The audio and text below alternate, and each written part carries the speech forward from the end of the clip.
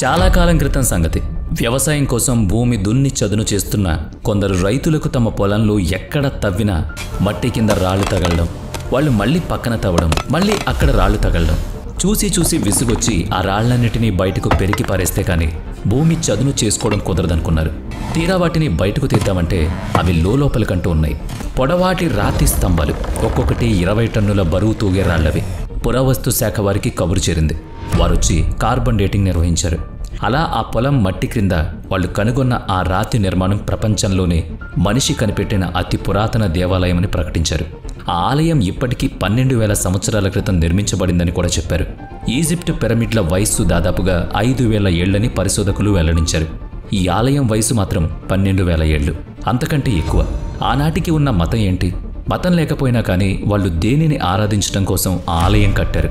ఆరాధన అనేది ఉందా అప్పటి కాలంలో? ఉంటే ఎలా చేసేవాళ్ళు? ఇత్యాది ప్రశ్నలకు సమాధానాలు తెలుసుకునే ప్రయత్నం చేద్దాం పదండి. ప్రపంచ ప్రాచీన ఆలయంగా పేరు తెచ్చుకున్న ఆ ఆలయం పేరు గోబెక్లే టెపే.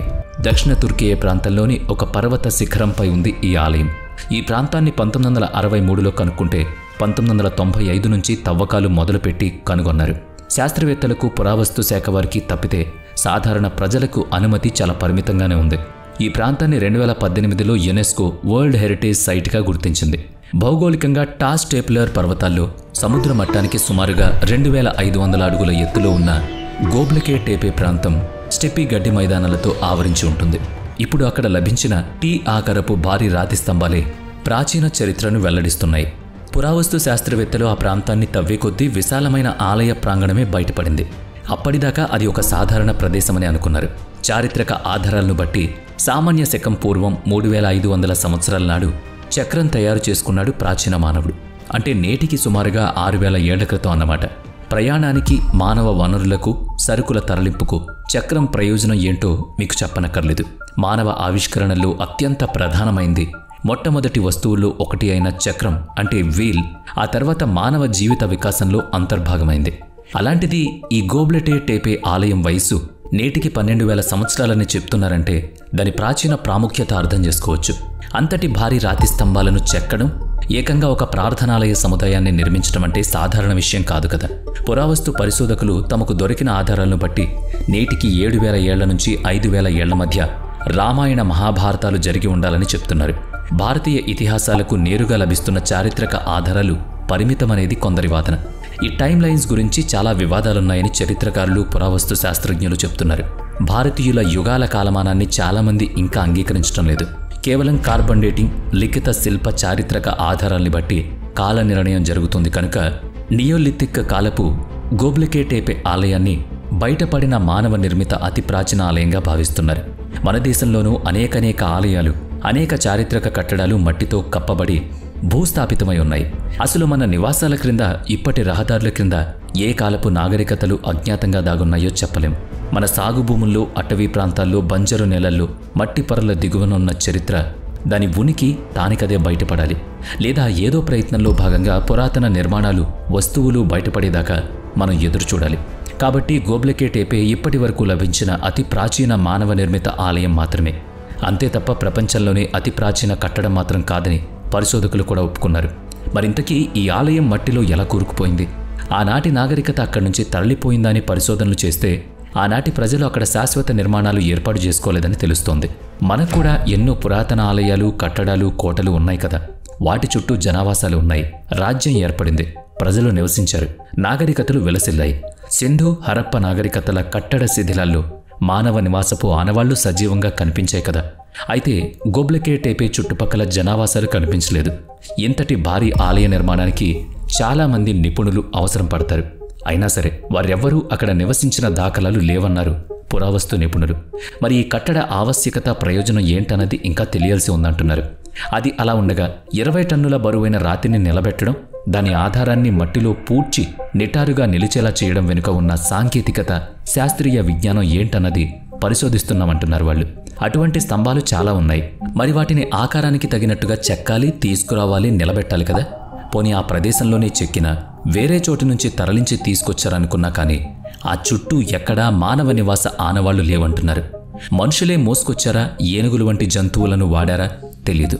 ఈజిప్ట్ పిరమిడ్ల వయసు 5000 సంవత్సరాలని భావిస్తే అంతటి భారీ నిర్మాణానికి ఉపయోగించిన భారీ రాతి దిమ్మలను అలా పేర్చుకుంటూ పైకి తీసుకువెళ్లడం, ఎలాంటి అతుకులు లేకుండా ఖచ్చితమైన కొలతలతో ఆకారంలో నిలబెట్టడం గురించి 1 కాదు 2 కాదు పలు సిద్ధాంతాలు ప్రచారంలో ఉన్నాయి.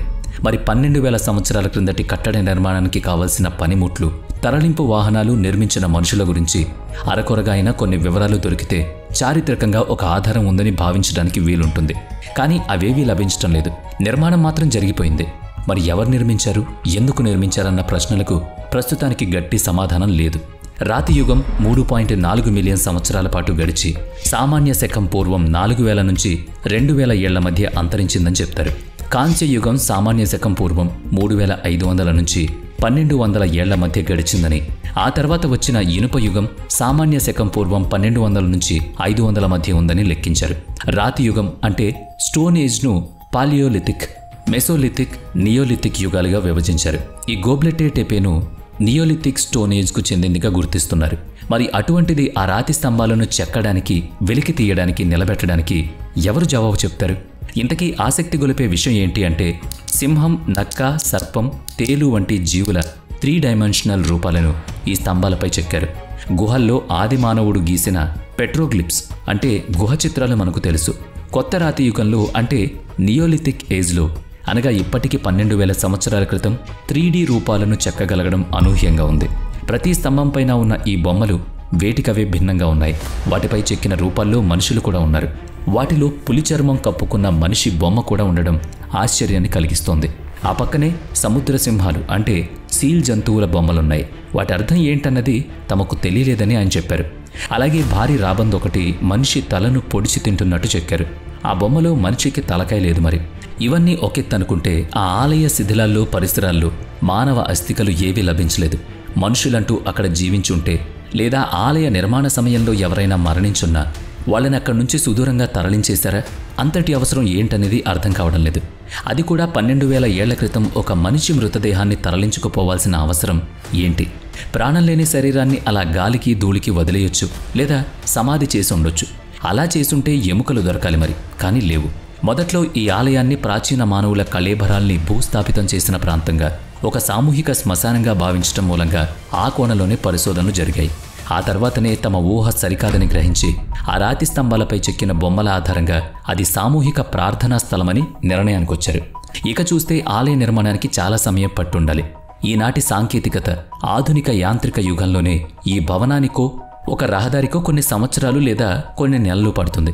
అటువంటిది రాతి యుగం కాలంలో ఎటువంటి పరికరాలు ఉపయోగించకుండా ఇలాంటి 20 టన్నుల బరువున్న రాతి స్తంభాలను నిలబెట్టి ఒక ఆలయాన్ని నిర్మించారంటే ఎన్ని నెలలు పట్టొచ్చు? అలాగే కొన్ని తరాల పాటు, అంటే కనీసం కొన్ని 100 సంవత్సరాల పాటు అది ఆలయంగా వెలసిల్లుంటుంది. ఆ తర్వాత అకారణంగా మట్టితో కప్పబడింది. ఏకదాటిగా ప్రజలు అక్కడే ఉండుంటే ఆలయం శిథిలాలపై మన్నుతో కప్పబడిపోయి ఉందును కదా. ఎందుకనో ప్రజలు అక్కడకు రావడం పూర్తిగా మానుకున్నారు. ఆ తర్వాత కాలగమనంలో అది మట్టిలో కూరుకుపోయింది. అయితే ఉద్దేశపూర్వకంగానే నాటి ప్రజలే ఆ కట్టడాన్ని మట్టితో కప్పేశారని పురావస్తు శాస్త్రజ్ఞులు వెల్లడిస్తున్నారు. కనీసం 10,000 సంవత్సరాలుగా గోబ్లెటే టేప్ ఆలయం మట్టిలో ఉండిపోయిందని వాళ్ళు చెప్తున్నారు. పూజించిన వారు ఎందుకు భూస్థాపితం చేశారన్నది నేటికి ఒక పెద్ద ప్రశ్న. ఆలయాన్ని కాపాడడానికే అలా చేసుంటారనుకోవడానికి తగిన హేతు కనిపించడం లేదు. ఇంతకీ నాటి నాగరికత ఏమిటన్నదానికి స్పష్టమైన ఆధారాలు లేకపోయినా రాతి యుగపు మానవుడు ప్రధానంగా వేటాడి జీవించేవాడు. వాళ్ల మధ్య ఆహార ఘర్షణలు జరిగేవి. అయినా కానీ చాలా కాలం పట్టే నిర్మాణాన్ని పూర్తి చేసుకున్నారు. మళ్లీ వాళ్లే మనకు తెలియని ఏదో కారణంగా మట్టితో కప్పేశారు. ఇంతకీ మీకో సంగతి చెప్పాలి. ఇంతవరకు గోబ్లెటే టేపే ప్రాంతంలో కేవలం 10% మాత్రమే తవ్వకాలు జరిగాయి. ఐక్యరాజ్య సమితి విద్యా విజ్ఞాన సాంస్కృతిక సంస్థ UNESCO ఆ ప్రాంతాన్ని ప్రపంచ వారసత్వ ప్రదేశంగా ప్రకటించడంతో ఏ ఒక్క నిర్మాణానికి, వస్తువుకి హాని కలగకుండా జాగ్రత్తలు తీసుకుంటూ తవ్వకాలు జరపాల్సి వచ్చింది. అందుకే 90% వరకు ఆ ప్రాంతం ఇంకా మట్టి పొరల్లోనే ఉంది. కాబట్టి ఆలయ నిర్మాణం జరిగిన ఖచ్చితమైన కాలం, ఆనాటి నాగరికతలు, ఆ ఆలయంలో ఎవరిని ఆరాధించేవారు, ఎందుకు దాన్ని మట్టితో కప్పేశారు వంటి సందేహాలకు సమాధానాలు దొరకాల్సిందే. అసలు జీవించడమే కష్టంగా ఆహారం సంపాదించే లక్ష్యంగా ఉండే 12,000 సంవత్సరాల నాడు ఇలాంటి అనూహ్య నిర్మాణం చేపట్టడం ఆ కాలపు ప్రజలకు ఎలా సాధ్యమైందన్నది పరిశోధకుల్లో కూడా కుతూహలాన్ని కలిగిస్తోంది. మానవ జీవిత చరిత్ర ఎంతటి పురాతనమైందన్నది ఇంకా తెలుసుకుంటూనే ఉన్నాం మనం. మరి మీరేమంటారో తప్పక చెప్పండి. గోబ్లెటెడ్ ఏపీ గురించి మీకు తెలిసిన వివరాలు చెప్పండి. మీ ఊహను కూడా మాతో పంచుకోండి కామెంట్ రూపంలో. వీడియో నచ్చితే లైక్ చేయండి, షేర్ చేయండి. ఇప్పటివరకు మన ఛానల్ని సబ్స్క్రైబ్ చేయనట్లయితే ఇప్పుడే సబ్స్క్రైబ్ చేసుకుని పక్కనే ఉన్న బెల్ ఐకాన్పై క్లిక్ చేయండి. నెక్స్ట్ వీడియోలో మళ్ళీ కలుద్దాం. Thanks for watching.